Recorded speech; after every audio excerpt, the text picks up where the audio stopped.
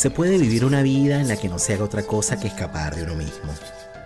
El psicoanálisis se propone como objetivo hacernos descubrir todo lo que ignoramos, hacernos afrontar lo penoso, lo más escandaloso de nuestro ser. No solamente los deseos eróticos prohibidos, sino también nuestra ambición por el poder, nuestra avaricia insospechada, nuestro narcisismo infantil, nuestra agresividad asesina, nuestra locura. ¿Cuáles son las consecuencias de aquellos que viven cómodamente a distancia de su inconsciente? ¿Cuántas vidas arruinadas por la falta de palabras y vínculos que iluminen la oscuridad? Nos dicen que los fantasmas no existen, pero todos sabemos que no es cierto. Existen y pueden ser sobrevivientes. En el mes anterior de La Palabra y el Vínculo, estuvimos hablando sobre el modo en que el deseo puede abrirnos el universo y hacernos cambiar el rumbo. Todos los episodios están disponibles en YouTube y en Spotify. No te lo puedes perder.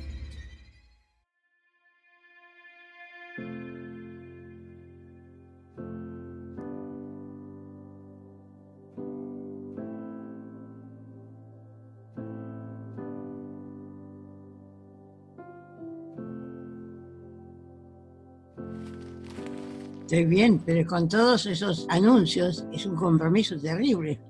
Vamos a ver, ¿para qué sirve esta entrevista? Yo entiendo por vínculos lo que es la base de la relación de cada uno de nosotros con el mundo. También enferma el encuentro con el otro. Nunca volveremos a ser los mismos. Realmente todo el valor de un vínculo es porque nos encontramos presencialmente o es por lo que somos capaces de hacer juntos.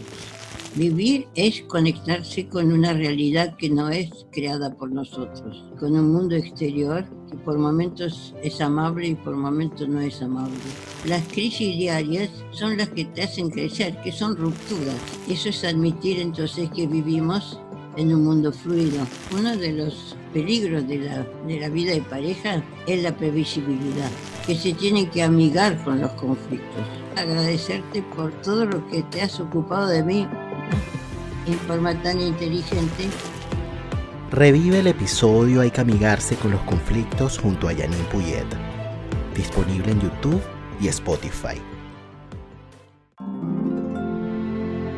Tal vez consigamos ir abriendo rendijas o tomar en cuenta las que ya hay para dejar entrar algún aire nuevo. Tal vez aceptemos que las ventanas y paredes han perdido su función protectora tan anhelada en la vida.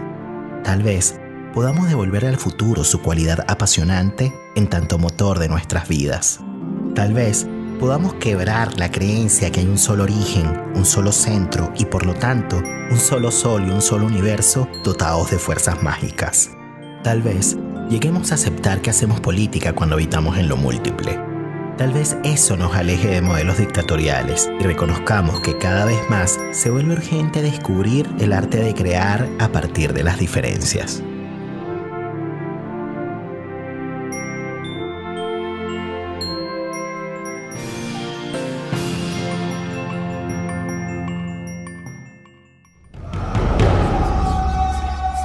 Y este episodio llega a ustedes gracias a Global Mind Therapy, consultora de psicología social orientada a la intervención de grupos, equipos de trabajo y comunidades, y al apoyo de todos ustedes a través de patreon.com/La Palabra y el Vínculo.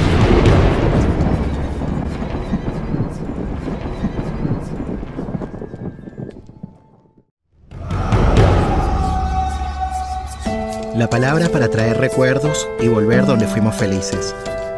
La palabra para nombrar el sufrimiento y no enfermarnos. La palabra para encontrar socorro en momentos de angustia.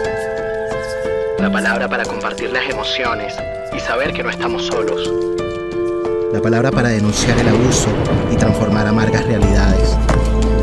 La palabra para reconocer el error y hacernos cargo de lo que decimos. La palabra para reconocernos como similares en las diferencias. La palabra para nombrar el amor y hacerlo efectivo en el vínculo.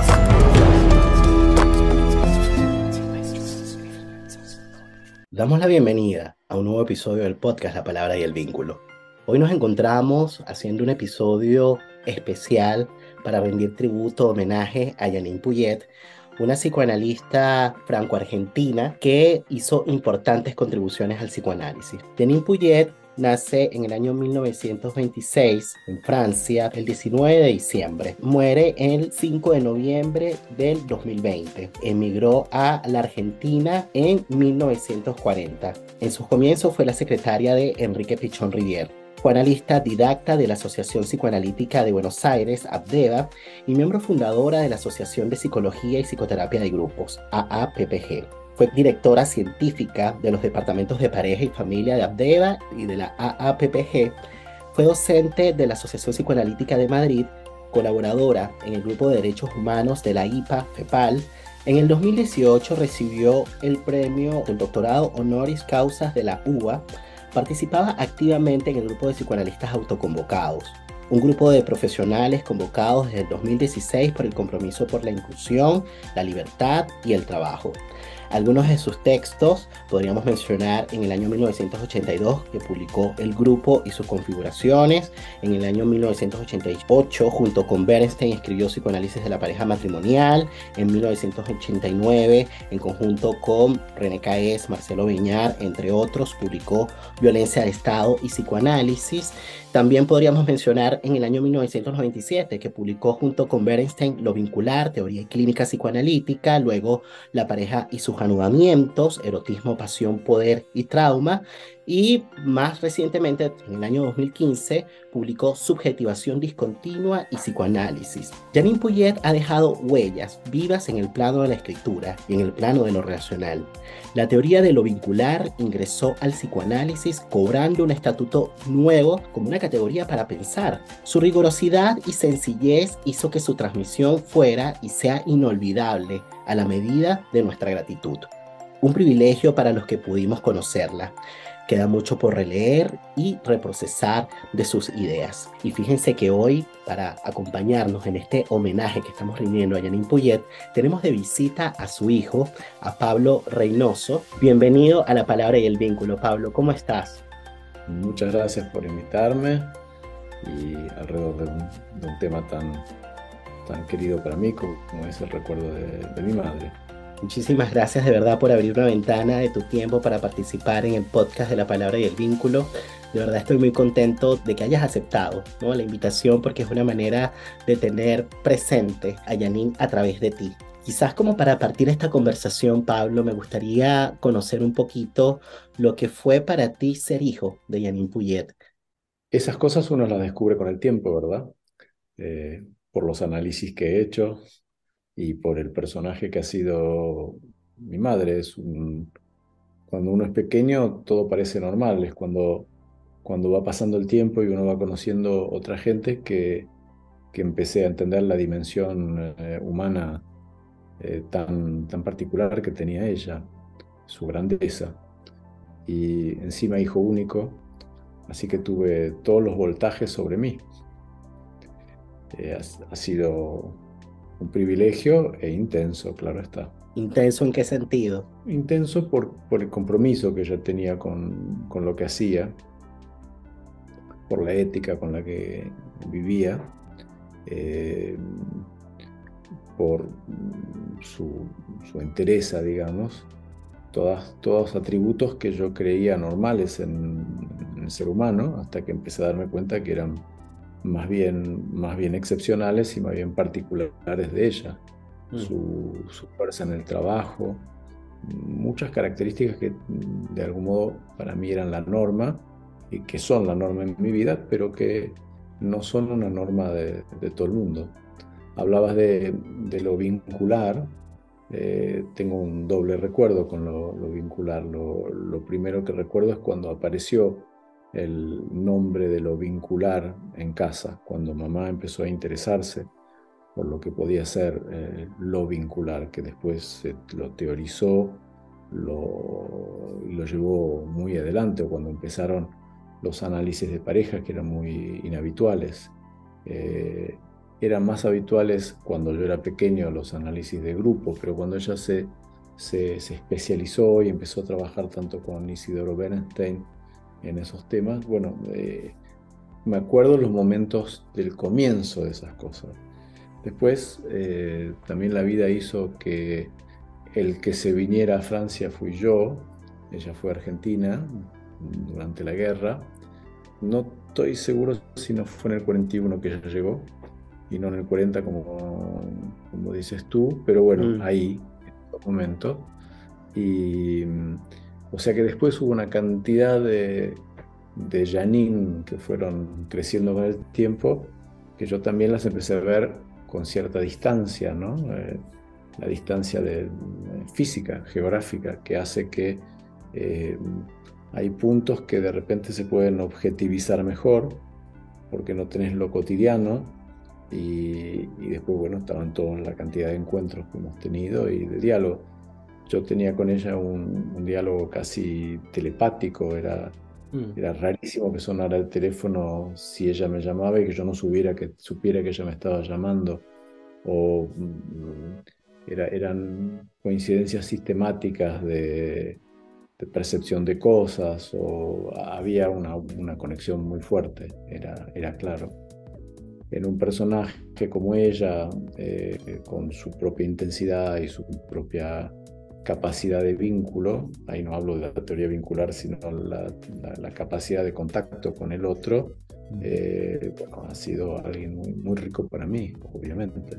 El año pasado, en el 2021, le rindieron un homenaje en Absilien, Asociación Psicoanalítica de los Vínculos. En ese momento estaba presidido por Rosa Haitín, y ahí participaste Sí. y comentaste un poco sobre su historia, su biografía, y comentabas justamente que en el año 1940 viajó a Argentina por pedido del padre, quien había rearmado su vida con una mujer argentina, y claro, que la había rearmado porque en el año 1931 Janine pierde a su madre por un accidente de tránsito. Los cambios de residencia no fueron ni en su caso ni en el mío cambios de residencia turísticos o cambios de residencias por oportunidades profesionales. Fueron cambios de residencia por situaciones históricas que se estaban viviendo. En el caso de mamá era la Segunda Guerra Mundial. Su padre había luchado en la primera y también había sido movilizado en la segunda, y tenía dos hijas pequeñas, mi madre y la hermana de mi madre, y era viudo. Y cuando empezó la guerra, empezaron las persecuciones de los judíos. Mi madre tenía orígenes judíos, entonces mi abuelo, o sea, su padre, envió a sus dos hijas a un lugar en el mundo donde pudieran estar en seguridad. Ese lugar fue Argentina, que fue una casualidad por un tema de coyuntura en que mi abuelo se enamoró de una argentina y decidió irse a vivir a Argentina. Pero mandó a sus hijas para ponerlas a salvo de lo que podía venir, que fue la Segunda Guerra Mundial. En mi caso, yo me fui de la Argentina durante la última dictadura militar que hubo en Argentina, en donde muchos de mis amigos y incluso gente muy cercana la padeció, murieron, desaparecieron, como se llamaban. Incluso mi padre tuvo que exilarse por razones políticas.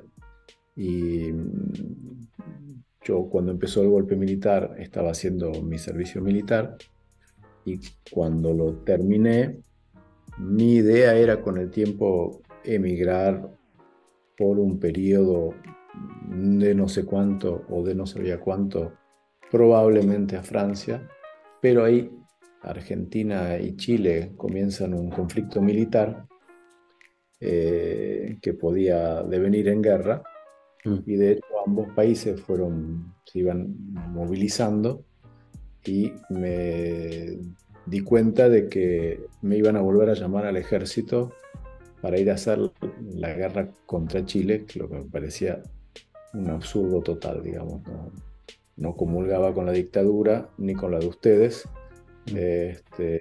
y por supuesto no estaba para nada de acuerdo con que mi destino fuera eso. y decidí, antes de que las cosas se complicaran demasiado, exactamente como mi madre, unos 50 años antes, mudarme. Y fue a Francia donde vine, que era mi segunda tierra, puesto que tengo orígenes franceses por ella. Mientras decías todo esto, recordaba en una de las presentaciones que le hicieron en este homenaje el año pasado y decían que la lógica de la pérdida y la falta no tenía mucha cabida en su obra. Cuando digo no tenía mucha cabida, no significa que no tenía un lugar, es simplemente eso, no tenía mucha cabida, como si el pasado quedara pulverizado, decía esta presentadora, como si su obra estuviese íntimamente ligada con su biografía. Y cuando pensamos en su biografía, es inevitable traer la referencia de una migrante anclada en el presente, mirando hacia adelante, sin detenerse mucho en el pasado, porque detenerse en el pasado implicaría quedarse de alguna manera congelado o petrificado, y eso podría de alguna manera interrumpir el fluir de la vida, seguir hacia adelante. Lo comparto a propósito de lo que decías, ¿no? De las condiciones sociohistóricas en las que ustedes se movilizan de un país a otro, ¿no? En las que migraron por las coyunturas políticas y es tremendo, ¿no? Es algo fuerte, es algo extremo. Quería de pronto preguntarte, Pablo, si de pronto existe algún concepto o quizás un pensamiento, no necesariamente un concepto o una teoría, algún pensamiento de Jeanine Pouget que de pronto haya hecho eco, que te haya resonado, que te haya llamado la atención por algo en particular y que crees que haya tenido alguna repercusión en tu vida. Muchos, pero permitime, porque me gusta eso de la idea de la pulverización del pasado. No es un tema de negar el pasado, todo lo contrario, sino hubiera sido muy difícil que fuera psicoanalista, ¿no es cierto? Las pérdidas tan fuertes y tan tempranas que ella sufrió mucho antes de la guerra, la pérdida de su madre en un accidente brutal en el que ella también estaba, también murió la niñera, ella resultó herida, su hermana muy herida también. Ese arrebatamiento del que es capaz la vida a cada rato y que lo vemos en cada circunstancia, tuvo algo fundante, obviamente, algo que forjó algo. Y luego la errancia, no sé si afectiva, pero la errancia de vida en Francia, porque bueno, no tener la mamá, el padre esto, iban y venían, estaban siempre muy en yunta con su hermana que tenía 2 años más. Ella empezó como a forjar algo de que no hay que, no es que lamentarse, no hay que victimizarse de su propio pasado, digamos, que eso no funcionaba. Cuando ella llega a Argentina, tendría 14, 15 años, se encuentra en una situación bastante peculiar porque por razones familiares tiene que salir a trabajar. Ella y la hermana era, como te decía, 2 años mayor, tuvo que revalidar todo su bachillerato, sus estudios, y ahí la hermana se pone a estudiar medicina. Mamá era la que traía más el dinero al hogar porque finalmente quedaron viviendo las dos solas en un tiempo en Argentina. Y imagínate, dos francesas empezando a hablar español, de otra cultura, en ese momento, en ese país, viviendo solas, trabajando, era una situación rara. Gente además como de una buena familia, cultas. Y ahí su hermana se muere brutalmente de un tremendo cáncer. O sea que te diría que de 0 a 20 es una tras otra tras otra. Obviamente queda destrozada, y es el psicoanálisis que la lleva a avanzar, que la lleva a construirse de otro modo, porque el modo por el que venía todo mal. Y recuerdo que Eh, Cuando empezó a trabajar en la clínica de Pichon Rivière como asistente de Pichon, eh, creo que Pichon le preguntó algo así como si sabía escribir a máquina y ella contestó que seguramente sabría. Eh, Porque a Pichon le venía bien tener a alguien que hablara francés y castellano. Entonces empezó medio entre secretaria y traductora. Y a mamá le permitió esto de meterse en la brecha psicoanalítica. En ese momento la comunidad psicoanalítica era relativamente pequeña y muy fértil, ¿verdad? Eh, de todo este comienzo que es como cuando en las películas de James Bond empieza todo por una explosión, siempre empieza la película y en los primeros 10 minutos no podés moverte de la butaca. Te diría que eso fue su comienzo en la vida, le tocó así. eh, y de eso ella sacó una lección que era apiadarse de sí mismo es una falsa ética, una falta ética.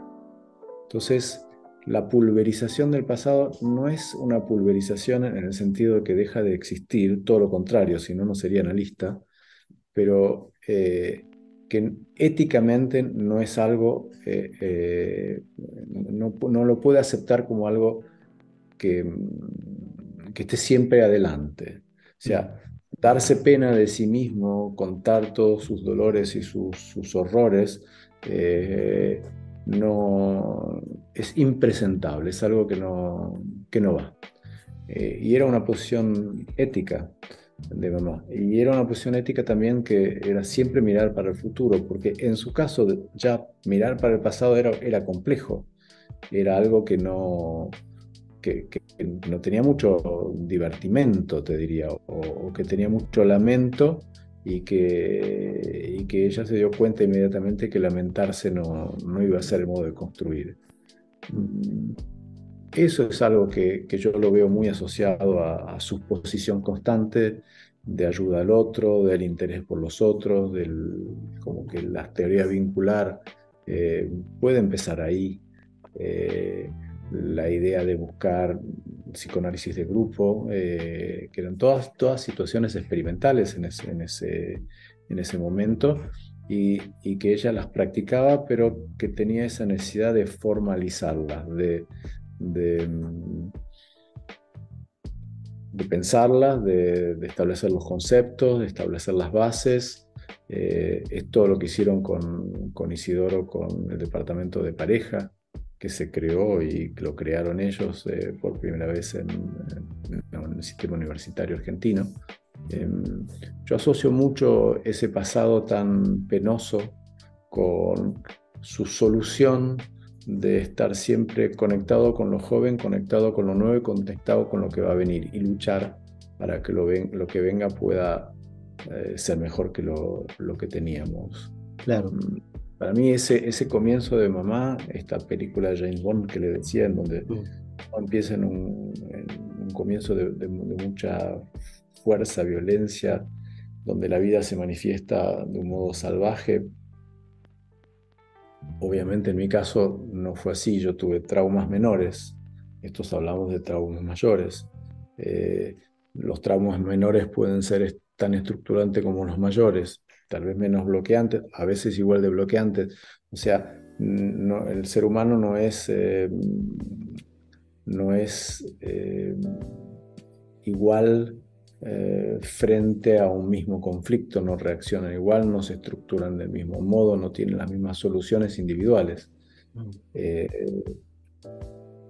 Yo, cuando decía no me daba cuenta de la persona que ella era porque cuando yo llegué al mundo, mismo si rápidamente separaron mis padres, el semblante, el modo de vida era algo de lo más normal, donde acontecían las cosas normalmente, donde justamente el padre de mamá, mi abuelo, tenía un rol muy afectivo y muy importante en mi vida.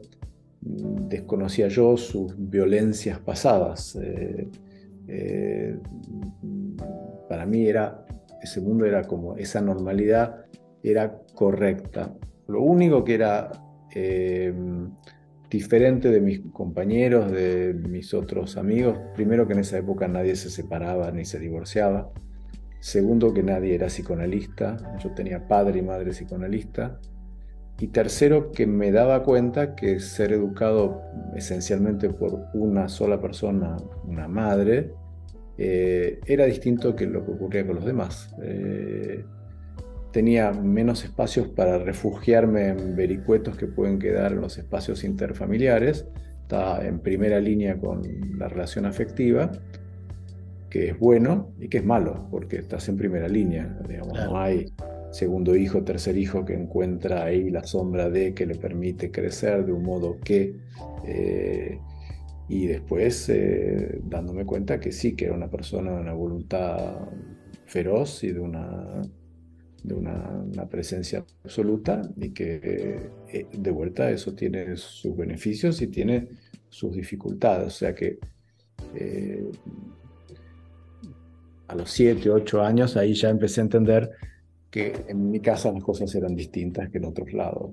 Sin duda. Después, ser distinto se identificó mucho con mis deseos, o sea, no sé, no puedo decir si yo sería o no sería el que soy si artista, si todo esto no hubiera ocurrido, pero lo que sí sé es que yo muy rápidamente, como ella, entendí que las soluciones eran individuales, las soluciones del sujeto son individuales, que estas soluciones individuales del sujeto se desarrollan en sociedad, sí, que eso establece sistemas vinculares, sí, pero es a partir de sus propias subjetividades que se construyen por las circunstancias que te hacen formarte. Claro, pero es un poco como que esta idea de que pensamos con otros, pero Sí, respondemos solos, ¿no? Como que la respuesta viene de ti. Obviamente existen respuestas colectivas también, somos responsables de pero esa la responsabilidad, efectivamente, aunque también ella habla de la responsabilidad social y justamente cuando desarrolla este punto menciona que, bueno, que para que un sujeto pueda responder en forma individual, se tienen que dar ciertas condiciones sociales, ¿no? Y por eso es que trae la idea de la responsabilidad social, ¿no? Pero bueno, esta es la complejidad. Ahí hay un interjuego, pero es muy interesante como lo mencionas, ¿no? Como que efectivamente allí como que estás trayendo esta idea de que, bueno, la toma de posición pasa por el sujeto. No sé si mamá aprobaría todo lo que digo. Supongo que en principio sí, o que diría, qué interesante, lo tengo que pensar. Cuando era algo que no entraba exactamente en su encuadre, esa era más bien su respuesta. Esto es interesante, lo tengo que pensar. Probablemente para desarmarlo, para adherir. O sea, no había un ego que estaba puesto ahí.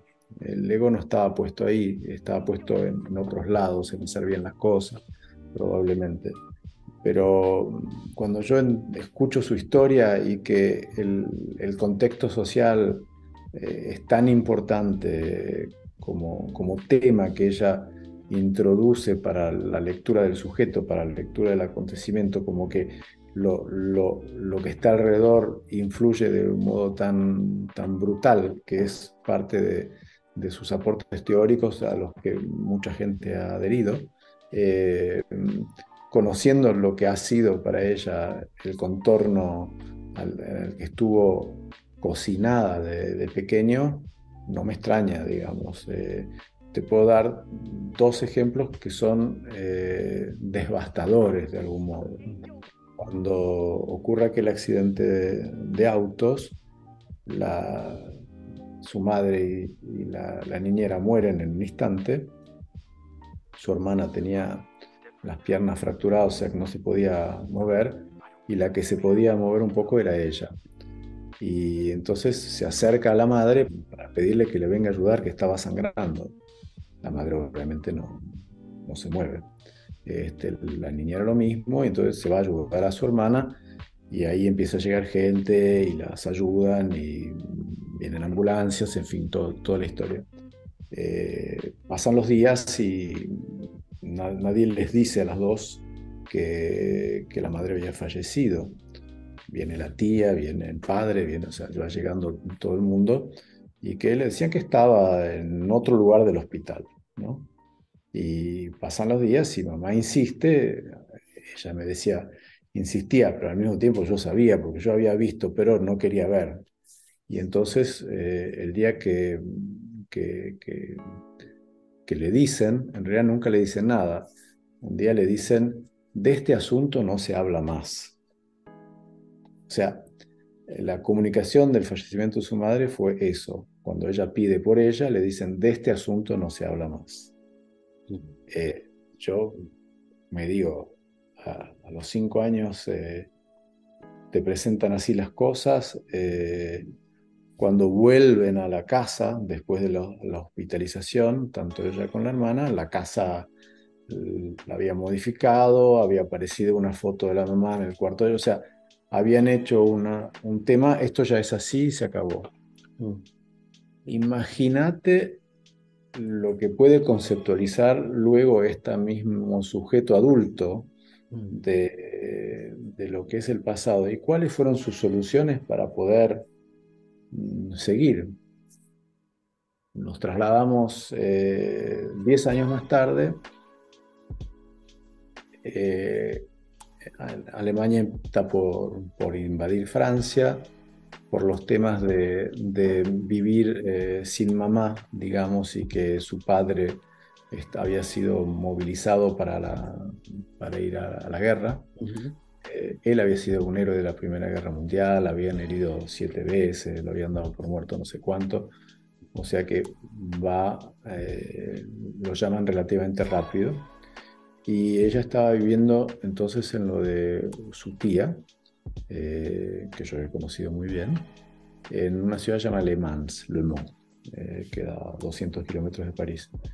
Y iban al colegio en bici, no sé cuántos kilómetros, volvían, estaban como, iban de un lado al otro, digamos, en función de la situación política que las rodeaba.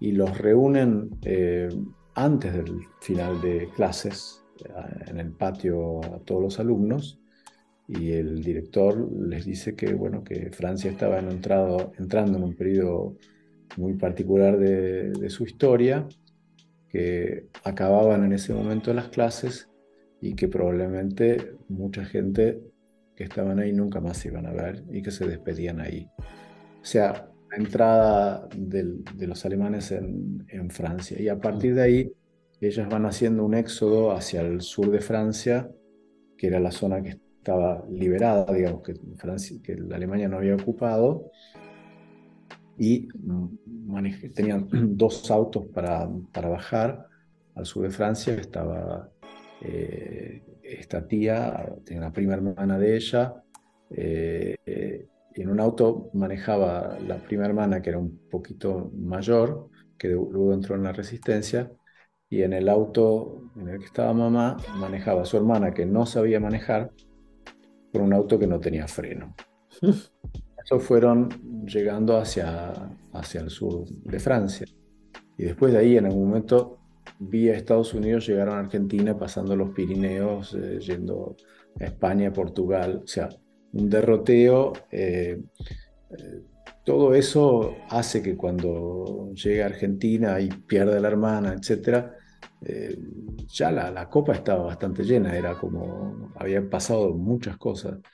Imagínense que este sujeto, con la inteligencia que tiene, con la sensibilidad que tiene, entra en el psicoanálisis, como entiende que por ese lado ella podía encontrar una solución. Hace medicina, que era lo que estaba haciendo la hermana.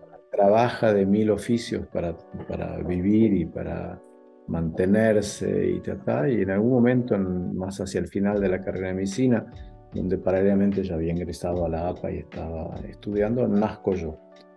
Digamos que ya tenía cartón lleno, ¿no? Para ese momento. Habían pasado muchas cosas y evidentemente la solución de ella era ir para adelante y no ponerse en un revisionismo de lo que había vivido o en un lamentarse de lo que perdió, porque perdió tanto y tan joven, tan rápido, que lo único que quedaba era lo que iba para adelante y no lo que iba para atrás. hasta el final de sus últimos días. Sabíamos todos que eran sus últimos días porque tenía una enfermedad terminal.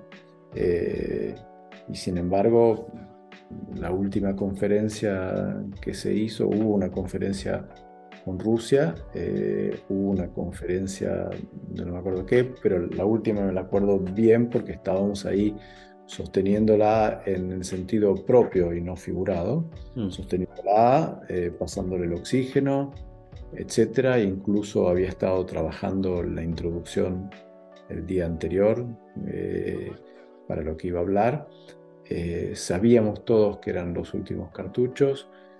Solamente la semana anterior había decidido que le avisaba a los pacientes que no iba a atender nunca más, o sea que suspendió su consultorio. Estuvo hasta el final, prácticamente. Estuvo hasta el final porque siempre fue así, siempre fue de utilizar todo lo que quedaba. Yo le hacía un chiste cuando yo era chico. Estábamos con su marido, que era una persona muy querida para mí también, que falleció desgraciadamente también un poco temprano en la vida de ella. Había un tubo de dentífrico en Argentina, así de los pequeñitos, que se llamaba NOC 10. Era tipo signal. NOC 10 decía, y la propaganda decía que valía lo mismo que uno grande, o sea, servía lo mismo que uno grande porque con apenas un poquitito alcanzaba para limpiarse los dientes. Y nosotros la llamábamos NOC 10 porque era un formato pequeño, súper concentrado, y en eso lograba sacar todo. Así que a menudo la cargábamos diciéndole, vos sos NOC 10. Y de ese tubo de dentífrico pequeño, que podría ser la metáfora que lo había encerrado para esa pequeña persona con tanta potencia, puedo decir que hasta el último minuto de su vida sacó hasta la última gota de lo que podía haber acá adentro, sin economizar nada. Yo sinceramente quedé alucinado de la cantidad de años que vivió, a la cantidad de cosas que le ocurrieron, las que le hubieran podido ocurrir durante la dictadura, porque ayudó a mucha gente durante ese periodo, y también de ciertas enfermedades que tuvo y accidentes que tuvo, de donde siempre salió que lo más importante era estar en el consultorio el lunes y que los pacientes ni se enteraran. Yo la he visto salir a mamá de una quimioterapia, la he acompañado, la he llevado hasta el consultorio, y no vaya a ser que le llegara tarde a un paciente. Cuando estábamos en el hospital, ella llegaba una hora antes que abriera para que la atiendan primero, para no demorar su consultorio después. Esa era un poco la intensidad del personaje. Esas son las cosas que yo puedo darles a ustedes, que ustedes tal vez no tienen, porque lo que sí tienen es el cuerpo teórico con el que ella ha trabajado. Y su cuerpo teórico para mí resuena tanto con su experiencia de vida, con su modo de construirse, que para mí es indisociable. Por ejemplo, cuando hablaba de los mundos superpuestos, no sé si tenés presente los conceptos. Sí. Eso lo trabajaban con Leo Wender. Tenía que ver con la situación del analista, en lo que oía y lo que estaba pasando alrededor, o sea, la interferencia de lo que está pasando afuera, como podés ir oyendo dos historias en paralelo. Para mí también es de vuelta, es su implicación con el mundo y lo que el mundo le fue dando y sacando, ¿no? Efectivamente, sabes que a propósito de esta metáfora que traes, ¿no? De esta gotita, en aquella presentación, en ese homenaje, tú mencionabas que su nieto, o sea, tu hijo, la apodó con el nombre de Ninja. Ninja, claro. Si tú dices ninja, es Janine. Es ninja al revés, es Janine. Y era gracioso porque mamá venía al colegio cuando venía, ella venía siempre un mes y medio en sus vacaciones a París y se ocupaba mucho, por supuesto, de mis hijos y les gustaba mucho ir a buscarlos al colegio. Y cuando salía, todos los chicos le decían, ah, está ninja, está ninja, está ninja. Y mamá así chiquitita y muchas veces usaba una especie de impermeable medio verde acá, un tapado medio verde, o sea, quedaba ninja total. Como una tortuga Eh, ninja. la Pero es tortuga que ninja. claro, pero justamente a propósito de esta idea de los superpoderes, ¿no? Porque su nieto lo decía por la capacidad que tiene de pasar por distintas situaciones y de sobreponerse. Y sabes que a propósito del tema de su teoría y con todo esto que nos compartes, que te agradezco muchísimo la generosidad porque es una manera de conocerla desde otro lugar, ¿no? Más allá de los escritos, conocer su biografía y entender un poquito más, ¿no? Cómo es que se va articulando su obra. Y uno de sus conceptos es el tema de la fragilidad de las pertenencias sociales. ¿M? Y eso es algo que ella le dio bastante vuelta y que bueno, que en algún punto mencionaba como que por un lado está el tema del duelo, sí, pero el tema del duelo tiene mucho que ver con lo que pasa de pronto quizás como con, bueno, como con lo que nos sucede a nivel individual con el asunto de las pérdidas, pero también existen duelos que son colectivos, ¿no? Pero cuando ella dice, bueno, duelos colectivos, sí es un término que, bueno, que tiene un lugar, pero como que hay otra cosa que también sucede. Entonces introduce este tema, ¿no? De la fragilidad de las pertenencias sociales. A partir de allí comenta la idea de que, bueno, de que no hay un para siempre en el mundo vincular que habitamos. Cuando esto que vos estás contando, que es tal cual en su teoría, lo transcribís a una chica que nace en un medio más bien favorecido de industriales, de aceite de oliva, esa era su... Acá en Francia hay un aceite de oliva llamado Puget, era de mi bisabuelo o algo así, o sea, Mm, era del bisabuelo de mamá, o sea, tatarabuelo mío que lo habían creado. mm. La familia vivía alrededor de eso. Dos chicas muy lindas, muy simpáticas, en un medio relativamente favorecido, culto, músicos, todos instruidos. Y repentinamente muere uno, viene el otro, viene la guerra, muere la otra, se encuentra en Argentina, que no tiene nada que ver con aquel medio, con una cultura completamente distinta, con una percepción de Europa muy sui generis, muy particular. Las cosas están establecidas, pero nada está establecido. O sea, en realidad, si seguís una trayectoria que estaba fijada y que solo todo sale igualito, no sé si es que tenés mucha suerte o que sos muy aburrido. Ella diría que es aburrido, yo creo. No pasa Yo nada, no pienso es que una es vida algo interesante. muy aburrido, que sería una cosa, mira vos qué cosa, ¿no? ¿Cómo no pasó nunca nada? O qué coraza, te diría. Te puedo dar otro tema personal totalmente, y un momento que forjó mi admiración, era fue un momento de mucho dolor nuevamente. Resulta que en un momento de mi vida yo iba a cumplir 40 años. Y entonces decidimos que esos 40 años se festejaban en, en Bahía, en Brasil, en San Salvador de Bahía, por razones familiares, porque el padre de mi mujer, que es psicoanalista también, y mi mujer también lo es, vive en Bahía, en San Salvador. Y mi cumple cae en el verano de América del Sur, entonces decidimos ir con nuestros hijos, mamá y su marido, a San Salvador a pasar mi cumpleaños. Era como el festejo. Era una ciudad que a mamá le gustaba mucho también. Entonces fuimos, por razones de trabajo, su marido, Enrique, I6, no hace el mismo viaje, iba a venir 2, 3 días después, y nosotros llegamos 2, 3 días antes del cumpleaños. Y Leoni estaba con mucho trabajo. Y ¿Esto sería en qué año? 95, 1995. Las teorías vinculares estaban, los mundos superpuestos estaban empezando A a pensarse. gestar, sí, a pensar. Eh, bueno, Enrique muere en la calle bajando un taxi, ¡tuc!, muere. Y nosotros estábamos en un hotel lindo por festejar el cumpleaños, esperando que él viniera, al sol, en fin, todo paradisíaco, los nietos, mamá contenta, en fin, todo el mundo estaba como bien. Y llega un llamado telefónico de Argentina, dan con nosotros medio de casualidad, una amiga muy cercana a mamá, con quien estaba incluso la semana pasada, psicoanalista también, me llama y me dice, mira Pablo, tengo una muy mala noticia, acaba de fallecer Enrique. Digo, ¿qué?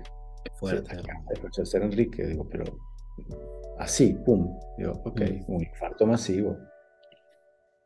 Mamá estaba paseando por algún lado, ahí en la playa, no sé. Y entonces pues, a mí me cae la noticia y tengo que ir a avisarle a mamá que había ocurrido esto. Era el amor de su vida, ¿eh? Otra muerte más repentina, o sea, otra vez la historia. Y me tocaba a mí contársela. Pensé, digo, por lo menos soy yo que se la cuenta, pero qué horror lo que me toca hacer. Mm. Y, no dábamos con ella, el hotel era muy grande.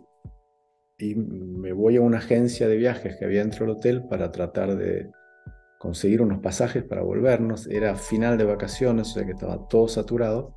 La agencia estaba cerrada. Una señora me ve tratando de abrir una puerta que estaba cerrada y dice, ¿qué busca? Digo, mire, necesito encontrar un pasaje para volver a Argentina con mi mamá porque me acaban de avisar que mi padre ha muerto. O sea, era su marido, pero le digo así. Y tengo que buscar a la mamá y tenemos que volver. Me dice, venga. Y era la dueña del hotel. Mm. Entonces se pone a llamar, y nos consigue solamente 2 pasajes para ella y para mí, para que pudiéramos volver. En una hora salía el avión, así que tuve que encontrar a la mamá, buscar a la mamá, decirle, agarrar las maletas, subir en un Mira. auto, ir al avión y de golpe nos encontramos despegando.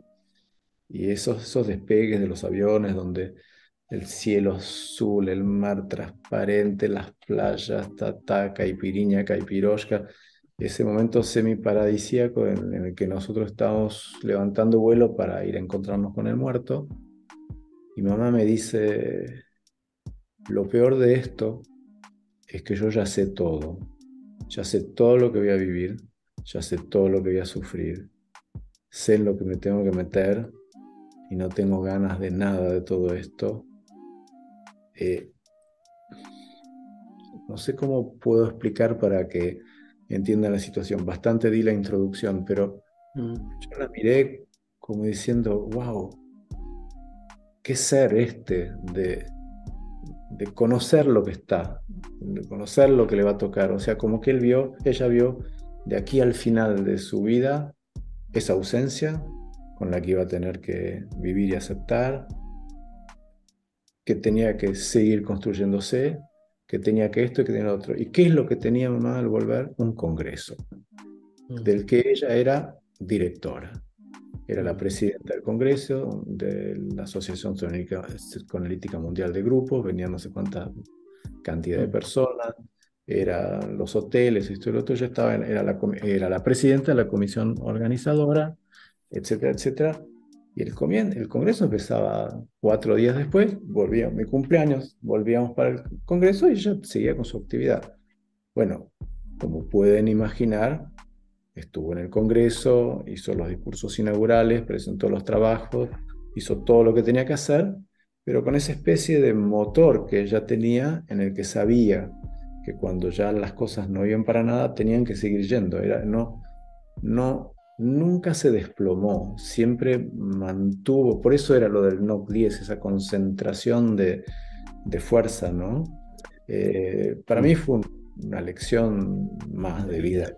que ella me dio, Mm. pero digamos, yo estaba en primera fila viendo el desastre, o sea, yo también lo vivía porque para mí era como mi padre, no era una muerte anodina, era algo que me impactaba horriblemente, pero ella, o sea, nada, y llegar a la casa y encontrar todo preparadito que él tenía para poder viajar, y de ahí ir a buscar bueno, el sepelio, qué sé yo. Eh, pero mismo en esos instantes así donde la vida era tan adversa, su posición era para adelante. Y cuando venían a decirle pobre Janine, era no, no, no, eso no me sirve. A mí me sirve que pensemos, a mí me sirve que construyamos. Pero sabes que quizás como para hacer un poco honor al título de un escrito que por cierto es uno de los últimos escritos que hizo Janine y que está publicado en este libro, se los muestro acá a las personas que están en YouTube. Este libro se llama De vínculos, subjetividades y malestares contemporáneos, que por cierto fue prologado también por Janine Puyet. Este es un libro compilado por Iliana Fisher, que por cierto estuvo en la primera temporada de La Palabra y el Vínculo. Bueno, este escrito se titula Elegir entre lo múltiple, un desafío. Y estaba pensando que, claro, no se trata de desconocer el pasado, no se No, trata de desconocer lo ocurrido, no, no se trata de negar tu historia, se trata de, justamente a propósito quizás de esta idea de lo múltiple y de los mundos superpuestos, ¿no? De ingresar o de darle un espacio, de darle un lugar a algo que también está ocurriendo en tu presente y que puede ser quizás vital, ¿no? Que puede traer vida, que puede traer energía, que te puede conectar tal cual con la vida. Pensando un poco en esto que mencionas, de alguna manera estaban sucediendo distintas cosas con ella, ¿no? Digo, en su mundo interno a propósito de esta pérdida, pero también pensando, digamos, en el rol que tenía, digamos, en esta institución y este congreso, etcétera, bueno, le dio un lugar a eso, pero no con una intención de desconocer lo otro, sino porque me parece que quizás la estaba conectando con algo vital, con una potencia. que ver también con su capacidad de compromiso, digamos, cuando se comprometía con algo, se comprometía con algo, no había medias tintas. Cuando a ti te dijo, sí, claro, hacemos la entrevista, era vital para ella hacerla, pese a que no podía ni respirar. No, no, lo más importante no era su situación era una situación coyuntural que era mala. Lo importante era lo que se iba a interactuar, lo que se iba a poder pensar, lo que ella iba a poder pensar a partir de lo que hubieran hablado juntos e intercambiado. Y cómo de ahí iba el pensamiento que seguía. Eso era para mí era una calidad y una cualidad aparentemente sobrehumana, pero realmente ha sido clave en su sobrevivencia, ¿no? Ujú.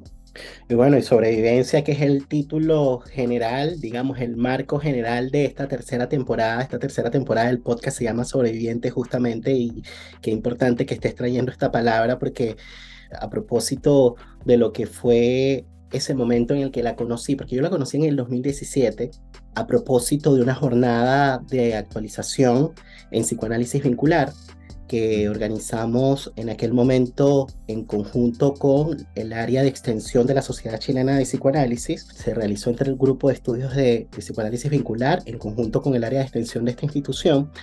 Y bueno, esto a propósito de que ya veníamos desde hace rato estudiando su obra, ¿no? Estábamos leyendo el libro Subjetivación Discontinua y Psicoanálisis, partimos a leerlo en el 2015, en realidad lo partimos a leer en el año 2016, y claro, leyéndola, estudiándola, surgió la idea de, bueno, ¿por qué no convocar a Janine? Si está acá al lado, vivimos en Chile, está al lado, en Argentina, está viva, aprovechémosla. ¿Qué tal si la convocamos, invitémosla, a ver qué pasa? Lo peor que puede pasar es que diga que no, que está muy ocupada, y bueno, y sorprendentemente dijo que sí, la tuvimos un fin de semana acá en Santiago, fue maravilloso el encuentro, claro, la organización de la jornada, y eso era lo que te quería compartir, tomó su tiempo, ¿no? Como todo lo que implica hacer un evento, y esto estaba pautado para mayo, recuerdo, mayo del 2017, y bueno, la organización partió, qué sé yo, entre diciembre, enero empezaron las ideas, y bueno, y todos esos primeros meses de ese año fue lo que significó pues la logística, ¿no? Prepararlo, y pasa, digamos, pensando en las cuestiones sorpresivas, ¿no? Y cómo de un minuto a otro te puede cambiar, digamos, las circunstancias de la vida. Este evento estaba pautado para un fin de semana, que no recuerdo bien la fecha, creo que era el veintitanto de mayo, era un sábado, y el miércoles de esa misma semana a mí me atropellaron, ¿no? Y yo estaba, digamos, en la coordinación, en el organizador, y bueno, y todo lo que significaba de finalmente lograr concretar el encuentro con Janine y tener la jornada, o sea, Me atropellaron y tenía que guardar reposo. Por suerte no pasó, digamos, algo grave, pero tenía que guardar reposo. Bueno, guardé mi reposo jueves y viernes, pero fui a mi jornada igual, ¿no? Y cuando me encuentro con Janine, me dice, ¿cómo es que estás aquí si te acaban de, sabes, si acabas de tener este accidente, lo que te pasó? Y bueno, obviamente para mí era imposible no estar, bueno, por lo que significaba, era demasiado importante y emocionante también, pero me resuena mucho esta palabra que utilizaste, compromiso. Yo tenía un compromiso y no había manera de no estar. Y lo relaciono también con la sobrevivencia, ¿no? Porque pienso que había una cuestión vital allí. Para mí fue como una inyección de energía, claramente después del evento, el domingo ya fue como que reposo y bueno, y todo después bien, pero me parece que es muy importante retomar esta idea de lo que estábamos hablando en relación al tema de la pérdida, porque muchas veces el deseo se suele relacionar con la pérdida, con la falta, pero también podemos pensar el deseo como una potencia creadora. Y yo creo que desde ese costado podemos de pronto quizás ubicar un poquito más a Janine, que no significa que ella desconozca, digamos, esa otra concepción del deseo, pero me parece que entender el deseo como una potencia creadora ha sido demasiado importante, ¿no? Cuando lo estudié desde el psicoanálisis, me hace mucho sentido porque justamente tiene mucho que ver con lo que significa de pronto para un migrante hacer la vida, ¿no? Hacerse un lugar en el mundo, entendiendo que el mundo, como dice Janine, es un mundo líquido a propósito de Bauman, en constante cambio, fluido, y que las pertenencias sociales son muy frágiles, y que cuando eso se quiebra, una parte de ti se quiebra, pero hay que seguir también. Entonces un poco como resueno a partir de lo que me compartes, Pablo. Yo te agradezco muchísimo de verdad que hayas estado en esta conversación, en este episodio del podcast de la palabra y el vínculo. Ha sido de verdad muy significativo para mí conocerte, escucharte y bueno, y ha sido como de nuevo traer a Janine. Para mí es emocionante. Yo no sé si querías decir algo antes de despedirnos.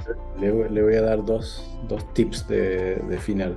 El primero es que eh, cuando fue el COVID, que ella además tenía grandes problemas respiratorios, lo que complicaba todo mucho, incluso tuvo una hospitalización en el medio que era complejísimo.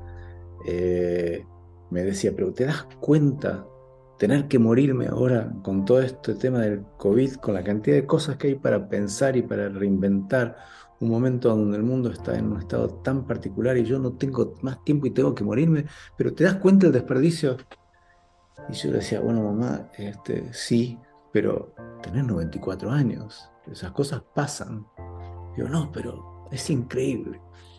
Pero lo que sí quería que retengan es esas dos frases que ella decía un poco al final, el último día, que decía que hay que romper, estallar el plafón de las certezas. Y la otra es que es una falta ética lamentarse.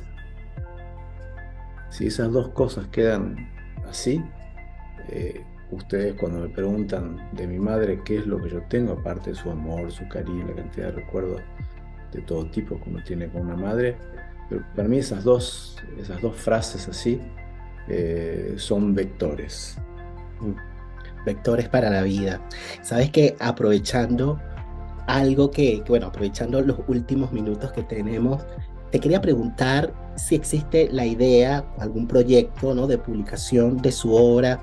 No existe un portal, una página web que tenga que ver con Janine Puyet. Yo no sé si está en preparación, algo relacionado No, en con eso. preparación no está, pero está bien que lo digas porque tal vez lo podríamos pensar juntos. Lo que nosotros lo que nosotros tenemos es todo lo que mamá ha escrito está numerizado. O sea, tenemos todo el material. Eh, lo que pasa es que yo soy como de otro palo, ¿no? Mi vida está en el arte. Entonces no sé cómo se lleva a caso eso. Lo que yo sí sé es que todos sus escritos, todos los textos, todo se ha ido trabajando, numerizando y todo el material está disponible. En un momento yo dije, con esa fuerza del dolor, tendríamos que hacer justamente un portal, algo donde este material pueda ser utilizado, compartido, consultado. Lo hablamos, ella le estaba totalmente de acuerdo, le parecía bien, sería fantástico, pero el material está, que finalmente es lo más difícil. lo tenemos. Bueno, pensar en un portal y también atención a las editoriales, porque también se podría hacer una compilación de su obra, ¿no? Por tomos, sería genial. Es una manera de darle como continuidad a su transmisión y de mantener vivo su pensamiento, que sirva como punto de partida o como referencia para otras generaciones. Y digo como punto de partida para ser de alguna manera fiel a su manera de pensar, ¿no? Para que no se quede cerrado el pensamiento. Bueno, tú decías que eras artista, que eres artista y escultor para las personas que nos están siguiendo en el podcast. Tienes mucha relación con el psicoanálisis. Fíjate que muchas veces relacionamos el psicoanálisis como un modo de artesanía, ¿no? Y es interesante que no seas psicoanalista, pero yo te escucho hablar y eres como un psicoanalista más. Pero digo que es interesante porque de alguna manera tomaste algo de esta transmisión y lo transformaste, lo hiciste propio, ¿no? Hiciste como una especie de punto y aparte sin desconocer un poco tus orígenes. Cuando estás rodeado de psicoanalistas, si no terminas de oír el oído psicoanalítico, o sos sordo o algo pasa raro, pero mi sobrevivencia ha sido entenderlo. Bueno, él es Pablo Reynoso Puyet y le damos las gracias por haber estado en este pequeño homenaje que le estamos rindiendo a Jeanine Puyet a 2 años de su partida. Muchísimas gracias, Pablo, y continúen con nosotros escuchándonos porque este episodio sigue. Ahora vamos a conversar con Nélida Di Rienzo, que por cierto es compiladora de este libro basado en la obra de Jeanine Puyet. Así que sigan con nosotros. Ella se lanzaba a esta cuestión de la incertidumbre como una aventura y se dejaba sorprender por la curiosidad. Siempre dispuesta a todo. Trabajamos todo el día muchísimo hasta la noche. Nos invitaron a ir a bailar y cantar samba. Ella dice, no, vamos. Y fuimos, tomaba caipirinha y bailaba con la gente, los brasileños. Fui a la asociación de grupos. Encontré unos artículos muy interesantes sobre el tema que yo estaba investigando. Eso tuve la ocasión de poder agradecérselo a Jeanine en la presentación del libro tan cercana a su desaparición.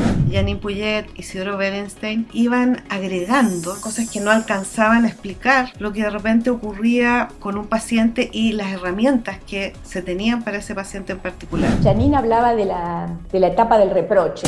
Ya no hay nada de lo otro que había enamorado. Aparece la genidad, que es volver a conocer a este otro que no es aquel que me enamoró. Jeanine ha sido una suerte encontrarla, es un personaje único. Durante mi vida profesional establecí lazos de amistad con varios colegas, en particular Jeanine Puyet. Forman parte de mi grupo interno y le aportan la diversidad necesaria para la vida. Continuamos entonces en este programa especial de la palabra y el vínculo en donde le estamos rindiendo homenaje a Jeanine Puyet y ahora nos encontramos con Nélida Di Rienzo, es psicóloga de la Universidad de Buenos Aires, es psicoanalista, es miembro titular de la AAPPG, que significa Asociación Argentina de Psicoterapia Psicoanalítica de Grupo. Ella ha sido presidenta de esta institución desde el año 2015 hasta el año 2021 y recientemente es secretaria científica de la comisión directiva de esta misma institución. Ha sido compiladora de un libro que se titula Teoría y Clínica en la obra de Jeanine Puyet, que lo tengo por acá en mis manos, que me lo hizo llegar muy gentilmente, por cierto, uno de sus autores, Norberto Inda, que por cierto es mi supervisor actual. Y bueno, yo te doy la bienvenida al podcast La Palabra y el Vínculo. ¿Cómo estás, Nélida? Muchas gracias por la invitación, Nelson. Muy bien, un gusto estar aquí. Lo mismo digo, te agradezco muchísimo que hayas abierto una ventana de tu tiempo para participar en La Palabra y el Vínculo. Y fíjense que, bueno, convoqué a Nélida en principio, bueno, por este libro y les voy a comentar un poco acerca de qué va este libro, un poco para que conozcan, ¿ok?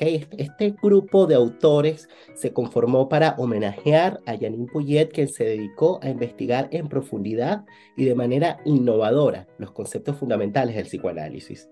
A lo largo de su recorrido, de manera constante, trabajó acerca de los efectos subjetivos generados por problemas sociopolíticos, como así también los resultantes de la violencia social. En los diferentes capítulos encontrarán componentes de distintas miradas, interpretaciones, deconstrucciones, lecturas y los singulares recorridos de los autores.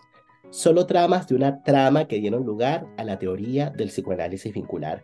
Y podríamos partir esta conversación, Nélida, quizás compartiendo un poco cómo surgió el libro y cuál fue el interés, ¿no? De convocar a varios autores para pensar un poquito lo que fue la obra de Jeanine Puyet. Bueno, en realidad el tema de la obra fue, yo en diciembre del 2021 presentamos un libro con un grupo de otro psicoanalista, David Maldavsky, sobre el desvalimiento y las instituciones, y que había sido editado por Ricardo Vergara. Ricardo Vergara estaba en esa presentación, y después que terminó la presentación me convoca para escribir lo que desee escribir, lo que tenga en investigación, lo que más anhele en ese momento. Bueno, por ahí estuve pensando un poco y tenía ganas de hacer algo en relación a la PPG, y entonces él me propuso que tiene una colección que él llama de psicoanalistas, prócedes del psicoanálisis, destacados, notables, y entonces ha escrito, ha editado, ha convocado para escribir sobre David Maldavsky, sobre Silvia Bleichmar, Hugo Bleichmar, Ferenczi, ¿no? Si va armando una colección de notables, como dice él. Le dije que bueno, que tenía ganas por ahí de hacer algo de teoría y clínica de Jeanine Puyet, y así fue como empecé a convocar a los autores, que aceptaron todos cuando los convoqué para esto, aún sabiendo que teníamos, esa es una colección de libros pequeños, entonces teníamos restricciones para escribir. Que yo iba a escribir el prólogo, la biografía y un capítulo, y iba a compilar, pero que eran capítulos breves, de no más de 4.000 palabras, porque bueno, esos libros de colección tienen un formato que hay que respetar.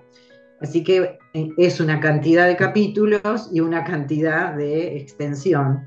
Bueno, y así nos pusimos en marcha, más allá de la virtualidad, donde teníamos reuniones por Zoom, que fueron muy estimulantes, donde estuvimos pensando el sentido del libro, ¿no? De un libro colectivo, de un libro de revisitar, de repensar la teoría de Jeanine al estilo de ella, ¿no? Que ese era el mejor homenaje.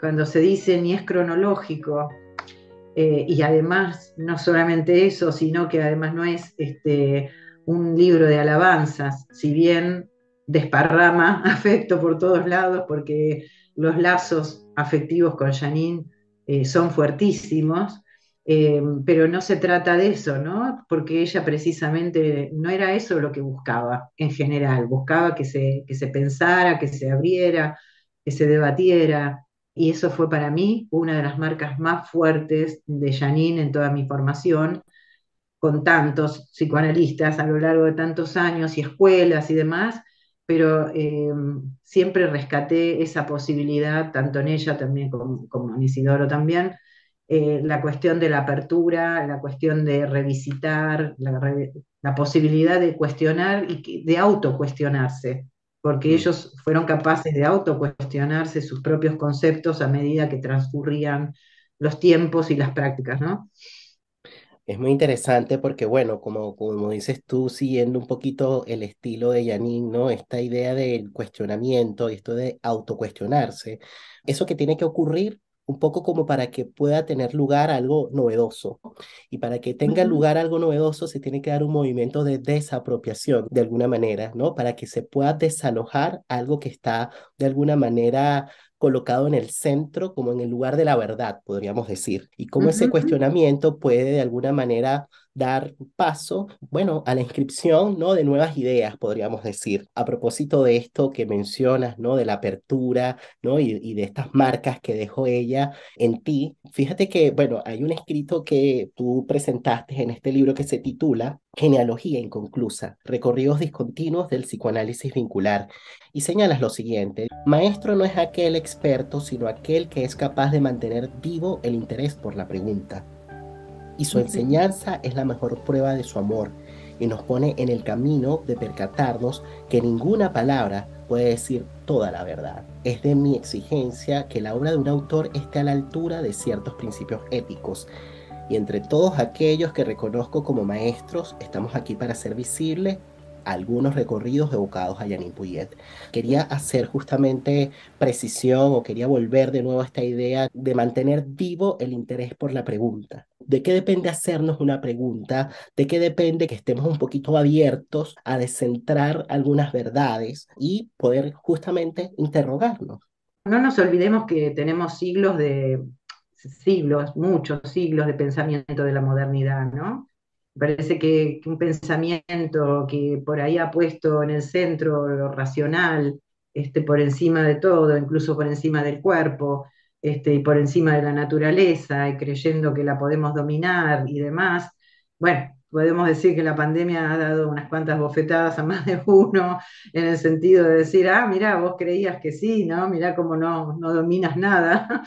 Me parece que es una posición frente a la vida, y yo rescato de Janine la posición también frente a la vida, pues yo creo que Janine es un ejemplo de vida, ¿no? En cuanto no solamente a potencia y a preguntarse o a interrogarse, a dejarse interrogar. Me he atrevido a cuestionarle, precisamente por no sacralizarla, a cuestionarle algunas posiciones que ella tenía en algún momento y las debatíamos, ¿no? Como la importancia de la historia, digamos, que por ahí estaba tan abocada en ese momento a que no estuviéramos en el afán de recoleccionar datos, como si eso nos iba a dar mayor comprensión de lo que sucedía y darle mucho valor al aquí y ahora, que me parece fundamental. Y sí, es una posición, yo creo que es una posición en la vida con respecto a pensar desde la complejidad, desde las multidimensiones que tienen los hechos.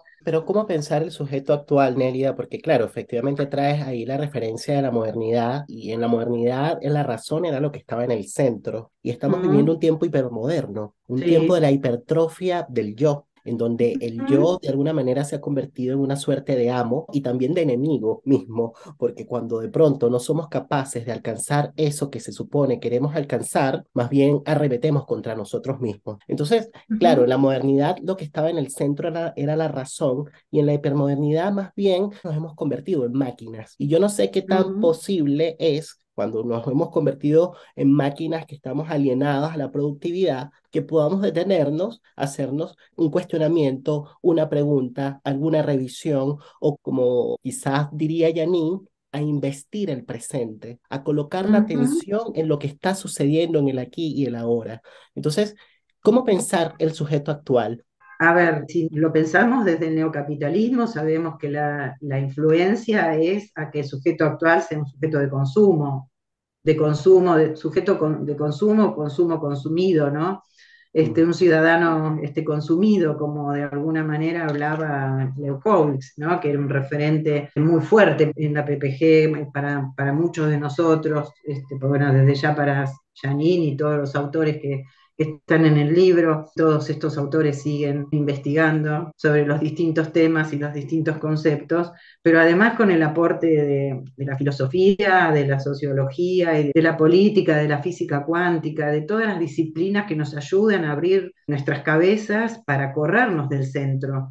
Es una lucha en todo caso, ¿no? No es algo sencillo porque lo que predomina es precisamente en los binarismos, el demonio, el bien y el mal, lo bueno y lo malo, ¿no? Las cuestiones enfrentadas de las maneras más crueles, el abandono de la ternura, y para eso yo citaría a Ulloa, que fue un psicoanalista argentino extraordinario, que realmente trabajó sobre el tema de la ternura y del amor, que creo que es algo que hay que instalar en nuestras prácticas y en la vida misma, ¿no? En contraposición con las cuestiones de odio descarnadas, ¿no? Y cada vez más crueles en nuestro planeta. Me parece que, si bien esto es así, tenemos la responsabilidad ética de bregar en ese sentido, ¿no? De abrir las posibilidades de pensamiento, de abrir las posibilidades de corrernos de lo binario y apuntar a lo común sin perder lo singular, ¿no? Porque lo común no es que vamos a hacer masa, como tampoco hacemos masa cuando entendemos una pareja, una familia. Es el conjunto, pero sin perder la singularidad. Y me parece que es toda una propuesta, ¿no? Una propuesta desde cada uno, desde las micropolíticas, poder instalar en nuestras actividades y en nuestra vida algo de eso. Bueno, me surgen varias cosas con lo que compartes, ¿no? Antes mencionabas la idea de los cuerpos. Luego ahora mencionas la idea de la Mm, ternura y la idea del amor como una suerte de antídoto contra el hombre alienado ujú, a la productividad y al consumo. Y claro, efectivamente, pensando un poco desde el psicoanálisis y más específicamente desde el psicoanálisis vincular para convocar de nuevo a Janine, de alguna manera el tema del amor podríamos decir que no es algo que se gestiona, es algo que sucede, que acontece, podríamos decir. Lo ujú, mismo con el tema de la ternura, y me parece que algo tiene que pasar entre los cuerpos para que ese acontecimiento tenga lugar. Y cuando decimos que algo pasa entre los cuerpos, es decir, que algo pase, digamos, en el erotismo, podríamos decir, algo pase con el erotismo. Y claro, es interesante porque cuando hablamos de erotismo, de alguna manera estamos trayendo diferencia, estamos trayendo al mm, otro. Para que algo pase con el otro, también al mismo tiempo tiene que pasar algo conmigo. Algo ujú, tiene que ujú, haberse descentrado, tiene que haberse dado un movimiento de desapropiación para alojar al otro y algo ujú. pueda pasar en el encuentro. ¿Cómo pensar esto en clave vincular? Porque, y volviendo quizás un poquito a las condiciones de la época, ¿no? Porque de alguna manera pienso que, bueno, hay una frase de Nietzsche que por ahí me parece que mencionas en el libro que dice que lo que enferma no es la duda ni el cuestionamiento, lo que enferma es la certeza. Mm, Y yo creo que justamente en esta época, un poco volviendo a la idea de la inflación del yo, lo que se está buscando es certeza, ¿no? La gente necesita certeza. muy, Entonces, sí. claro, justamente pensando de nuevo en la cuestión de cómo de pronto a veces no resistimos al encuentro, es justamente porque hay quizás algunas certezas que están operando y que hacen obstáculo a que la potencia del encuentro pueda tener de alguna manera un lugar. Y bueno, yo no sé si quizás esas certezas tienen que ver un poco como con la necesidad de protegerse de algo, por ejemplo, de la fragilidad de las pertenencias sociales, que también es otro concepto que trabaja Janine Puyet. Es algo así como que, bueno, no tenemos muchas garantías en el amor, y entonces, como no tenemos muchas garantías con el amor, entonces más bien quizás me mantengo un poquito resistente al encuentro. Sí, me parece que hay varias cuestiones que abriste, ¿no? Voy a tomar algunas nada más porque son varias, muy profundas. Cuando hablaba del amor o de la amorosidad, no me refería solamente a lo erótico o al encuentro entre un hombre y una mujer, dos hombres, dos mujeres, no importa entre quiénes, quienes quieren encontrarse o pueden encontrarse, sino me refería al amor extendido incluso en nuestra práctica, ¿sí? El gesto amoroso tomado como un organizador de intervención, un operador clínico, que me parece que saca también en nuestras prácticas como psicoanalistas de ese lugar que Janine supo salir también muchísimo. Es ese lugar acartonado, ella lo ha trabajado por el lado de la implicación desde ya, la presencia, la interferencia, etcétera, distintos conceptos, pero esa intervención no acartonada, ¿no? Esa intervención comprometida, que no pierde la abstinencia, no la pierde en la medida en que opaca el propio deseo, porque ahí se trata de escuchar cuál es el deseo de quienes están enfrente, no del nuestro, con todo lo difícil que eso significa, pero que no está embuido de neutralidad, ¿no? No se trataría de la neutralidad. Y cuando hablo de los cuerpos también en la clínica, ¿no? Esta cosa de no tener en el centro solamente lo intelectual o creer que el pensamiento tiene que ver solo con lo intelectual o con la razón, sino que también con el sentir. Eso me parece fundamental. Me parece fundamental para ir instalándolo en nuestras prácticas, porque hay psicoanalistas que se resisten a esto, ¿no? Como que, bueno, ahí hay una cuestión de ausencia total de sujeto, ¿no? El analista no es un sujeto, hay muchas cuestiones alrededor de esto, ¿no? Que uno viene por ahí pensando y hace años por ahí investigando. Y en lo que hace a todos nuestros atravesamientos socioculturales, me parece que, bueno, Janine ha sido un ejemplo de tomar en cuenta lo social, que siempre me pareció extraordinario. También esa fue para mí una marca de encontrar quién pudiera habilitar eso, ¿no? Eso que por ahí creía, ¿no? Y muchas veces por ahí se me podía cuestionar diciendo, no, el psicoanálisis no tiene que ver con eso es sociología, qué sé Mm, yo, y considerar la subjetividad social que también nos atraviesa, y el descentramiento del sujeto como individuo, como empresario de sí mismo, ¿no? Como que a partir de vos vas a poder hacer todo por vos, si no lo haces vos, no lo va a hacer nadie, y tenés que prescindir de todo, no solamente del Estado, sino que tenés que prescindir de todo y tenés que hacerte a vos mismo. Bueno, es tal vez lo más extremo, digamos, de lo que presenciamos, ¿no? Día a día, y al otro como un enemigo, desde ya el ajeno como un enemigo que no solamente hay que combatir, sino que hay que destruir. Entonces me parece que hay algo mucho para trabajar desde nuestra responsabilidad en nuestros pequeños lugares para poder abrir a esta posibilidad de descentrar de alguna manera este lugar y llegar a la conclusión de que nadie puede solo y que solo se puede en un común y aspirar a eso, viendo cómo se puede llegar de alguna manera, ¿no? Por lo menos en algo. Lo que rescato de esto que me dices es esta idea de darle un lugar al cuerpo, significa darle un lugar a las sensaciones que emanan del cuerpo, ¿no? A lo sensorial, a lo afectivo. Y esto me parece que es muy importante porque justamente es una clave como para poder de alguna manera cuestionar justamente lo que está instituido, podríamos decir, esas representaciones fijas de las que estábamos hablando, ¿no? Quizás es como una manera de partir ese movimiento de desapropiación, de algo que está allí fijo. Fíjate que hay algo que por ahí también mencionabas y que tiene relación un poquito con esta idea de el odio, ¿no? Del rechazo, y eso es algo que de alguna manera citaste a propósito de Máximo Recalcati en un escrito que publicaste, lo voy a mostrar acá para las personas que nos están siguiendo en YouTube, en esta revista. Esta revista es la revista de la Asociación Argentina de Psicología y Psicoterapia de Grupo, y esta es la edición del año 2020, que se titula Vínculos en tiempos de incertidumbre, posibles e imposibles. En esta revista, Nélida presentó un artículo que se titula La nueva frontera, el cuerpo, contorno de una nueva subjetividad. Este escrito lo hizo en conjunto con Clara Stein, y en ese artículo, Nélida hace alusión a Máximo Recalcati justamente para traer un poco la idea de lo que sucede cuando nos cerramos a la posibilidad de poder cuestionar algo propio o inclusive cuestionar algo que viene del mundo. Máximo Recalcati dice lo siguiente: en el inconsciente no solo hay deseo, existe también un empuje a cerrar. Cerrarse es una defensa contra los estímulos del mundo.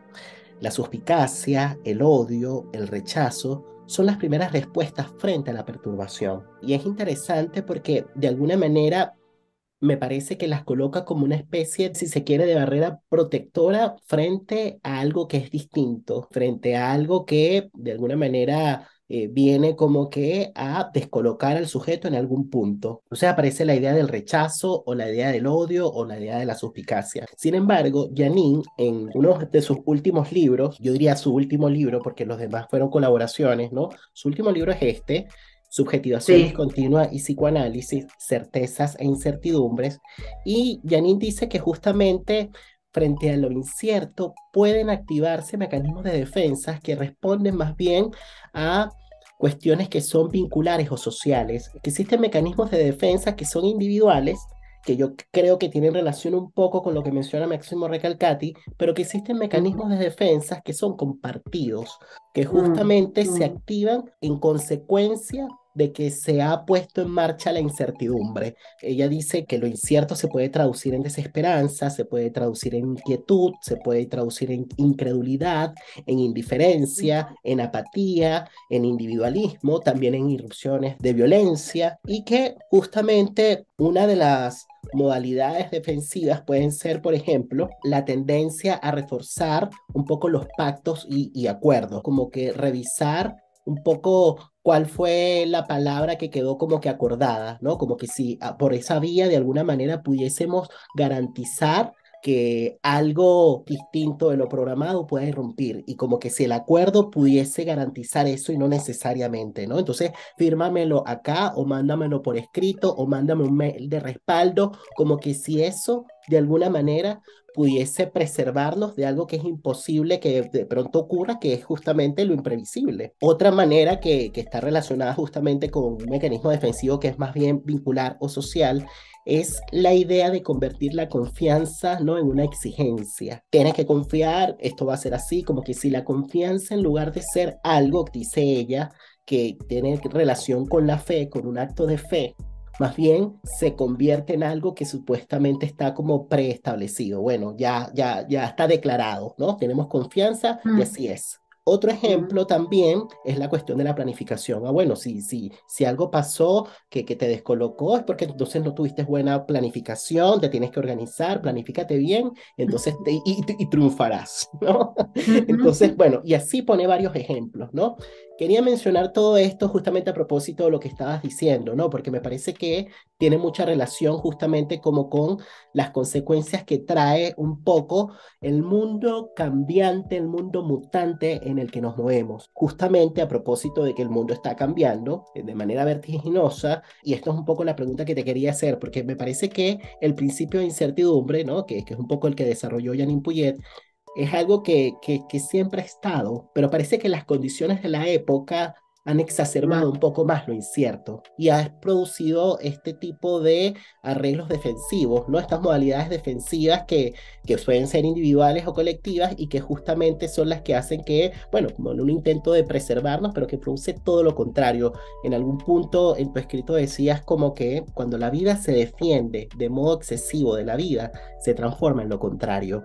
Rescataste me lo había olvidado yo el artículo, lo rescataste de la revista, viste que uno no se vuelve a leer después, después que escribe, es muy difícil hacer eso. Sí, me parece que el tema de la incertidumbre, que no es nueva, que vivir en tiempos de incertidumbre y también de incertezas, a pesar del afán de resaltar las certezas, ¿no? Y no abrirlas, cerrarlas, no cuestionarlas, tomarlas como verdades absolutas. Lo vertiginoso y el mundo en mutación es tal cual así, como vos lo sintetizaste muy bien, lo describiste muy bien, y me parece que la invitación de Jeanine, como de otros psicoanalistas también, a conectarse con las incertezas, ¿no?, a conectarse con la incertidumbre, que cuesta mucho trabajo vivir en la incertidumbre, y más a la velocidad a la que vamos, ¿no? Es decir, la tecnología ha llevado, digamos, que con todos sus beneficios, como el beneficio que tenemos ahora de poder reunirnos y poder estar charlando, ¿no?, y abriendo ideas o pensando cuestiones tan interesantes, bueno, es un enorme beneficio. Por otro lado, ¿no?, tiene la contrapartida de las vidas vigiladas, de la caída de los muros, donde ya no hay paredes, como trabaja Paula Sibilia, ¿no? No hay muros, ¿no? No hay muros, no es posible que haya muros, ¿no? Ella lo trabaja mucho cuando trabaja la diferencia entre la hipocresía de la modernidad con el cinismo de la hipermodernidad, que es un trabajo muy interesante, que hemos tenido seminarios en la asociación. Si pudieses desarrollar un poquito brevemente esas dos ideas, ¿no? ¿Por qué la hipocresía de la modernidad y por qué el cinismo de la hipermodernidad? Claro, es muy interesante lo que ella plantea con el tema de la hipocresía de la modernidad, porque en la modernidad podía aparecer algunas cuestiones disfrazadas de algo benévolo o bueno, cuando en realidad en el fondo había una cuestión, para decirlo rápidamente, ¿no?, una cuestión que no tenía nada que ver con eso, ni de benévolo ni de bueno, y en el cinismo aparece sin velos. Es decir, se puede decir cualquier cosa, se puede decir cualquier atrocidad, digamos, desembosadamente, sin velo alguno. Y que tiene mucha relación con la crueldad y que no tiene consecuencias. Claro, que no tiene consecuencias, que es impune, y que se puede decir tranquilamente, y ya no está disfrazado, ya no está velado, porque no es que por ahí no se quería, en la hipocresía no llevaba de fondo alguna cuestión que tuviera que ver con algo destructivo, pero ahora aparece en nombre de la honestidad. lo que es peor, O ¿no? de la transparencia. De la transparencia, claro, claro, es decir, de que se es sincero, ¿no? Y en realidad tiene que ver con la crueldad, con la destrucción, con el otro como enemigo, bueno, un poco de esto que estábamos hablando, ¿no? De este mundo tan duro que estamos viviendo, ¿no? De este planeta en riesgo en distintos aspectos con los seres vivos, sin darles importancia, ¿no? Ni a los animales, ni a las piedras. Y que tiene mucho que ver con lo que ha sido el trabajo de Janine Puyet, ¿no? Porque justamente eso va en desmedro de los vínculos, ¿no? Porque lo que estamos ahí Claro, viendo es que lo que hay claro, es una exacerbación de nuevo del yo, ¿no? Con esta idea de la sí, transparencia, ¿no? Y de la honestidad, entre comillas, y eso por supuesto es bastante sí, destructivo, compromete completamente el lazo social. claro, compromete el lazo social, enloquece, confunde y además genera una cuestión de aislamiento que ya no tiene que ver con el aislamiento que sí fue muy fuerte por necesidades sanitarias, tan cuestionado en la época de la pandemia, que en un punto se hacía necesario, sin vacunas, sin ninguna protección, con sistemas de salud colapsados, ¿no? Conociendo de cerca el sistema de salud público, para mí, como el lugar de los hospitalario que amo tanto, sabía que el riesgo realmente, lo sabía con muchos colegas, el riesgo era muy grande de las consecuencias que podía haber de la pandemia sin tener un armado, digamos, ¿no? Pero ese aislamiento que además pobló de muchos temores, de muchos miedos, y cuando vos decías lo del cuerpo como frontera, como el límite ahí con el otro, ¿no? El no acercamiento, la no posibilidad del encuentro, del abrazo, del beso, de la cercanía, de ir por la calle y mirar con desconfianza si alguien pasaba cerca y lo rozaba, ¿no? Las actitudes hostiles a partir de eso, del otro como enemigo, pero del cuerpo también como enemigo, como peligroso, como riesgoso. Entonces, en ese sentido, tal vez esto que vos traías, se articula con todos estos conceptos de Janine y bueno, y de distintas disciplinas que Janine abrevaba tanto y que para mí tiene eso una riqueza inconmensurable realmente, porque creo que necesitamos de eso para poder pensar, necesitamos de las disciplinas, de centrar al psicoanálisis como el único posible que puede explicar cuestiones que tienen que ver con lo humano, interrelacionarnos con las distintas disciplinas y poder ayudarnos a entender un poquito, ¿no? Lo que nos pasa. Claro, Un para hacer poquito. un poquito más sobrellevable la vida y poder navegar Claro, en este mundo líquido. claro, cómo sobrellevar esto que no sea una cuestión, como decía Spinoza, sumidos en las pasiones tristes, ¿no? Y poder buscar las pasiones alegres, no alegres en el sentido romántico, ¿no? Y tonto, o decir de alegre, pum para arriba, como a veces son las propuestas del neocapitalismo, todo bien, pum para arriba, ¿no? No me vengas con ninguna pálida, ninguna tristeza, sino la de la invención, ¿no? La del rescatarse, la del poder, la de la potencia, ¿no? La de lo vital, y la de poder inventarse, porque en realidad si uno se pone a pensar, viste que los adolescentes, eh, no solo los adolescentes, pero frecuentemente aparece una situación de desánimo, desinterés, como deseo de nada. Y me parece que precisamente si nos ponemos a pensar la vida, no sabemos qué sentido tiene y si no nos inventamos algo, no le encontramos el sentido. Entonces, voy por ahí con esto de las pasiones alegres y citando a Spinoza, que está rescatado por suerte y que fue tan controvertido en su época, ¿no? Y que fue un adelantado para su época, más allá de que ahora lo podemos repensar seguramente desde distintas vertientes, porque tenemos otras herramientas y otras lecturas, ¿no? Quizás acercándonos un poco hacia el cierre de esta conversación, Ujú. Nélida. Fíjate que, bueno, de alguna manera hemos hablado de la incertidumbre y has traído de distintas formas la idea de la curiosidad. otro temazo que también ha desarrollado Janine Puyet. Y fíjate que, bueno, hay un capítulo en este libro, ¿no? En Subjetivación Discontinua y Psicoanálisis, que justamente lo dedica al tema de la curiosidad. Y bueno, ella por un lado menciona que es cierto que la incertidumbre inherente a la vida cotidiana contiene una amenaza, una alerta, una señal de peligro, pero lo inesperado y lo enigmático deberían ser motor de creatividad y de interés en el devenir. Cada época produce nuevas formas de curiosidad. Esta nunca desaparece, pero cuando no se soporta, puede tornarse en desinterés, en aburrimiento. La curiosidad es el motor de la vida y nuestro desafío diario consiste en descubrir sus nuevas modalidades.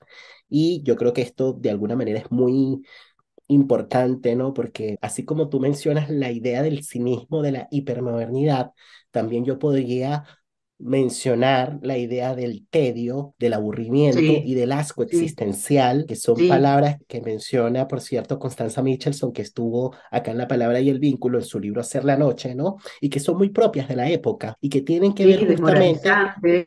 Claro. Tal cual, y que es justamente el reverso de aquello que no ha tenido espacio, que tiene que ver justamente con lo que habíamos dicho al inicio de esta conversación, que tiene que ver con el cuestionamiento, que tiene que ver con el hacerse una pregunta, que tiene que ver con el movimiento de desapropiación de algo que está instalado, que tiene que ver justamente con darle un lugar al alter, a la alteridad, a otro cuerpo, en fin.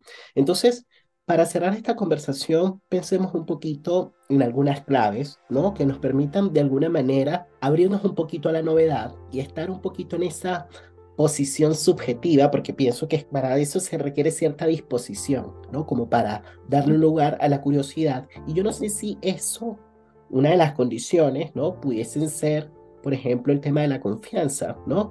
Que yo creo que es algo que está muy herido en este tiempo, ¿no? Yo no sé si la confianza, si todo se resume en eso, me parece que no, pero me parece que es una condición de posibilidad de muchas cosas.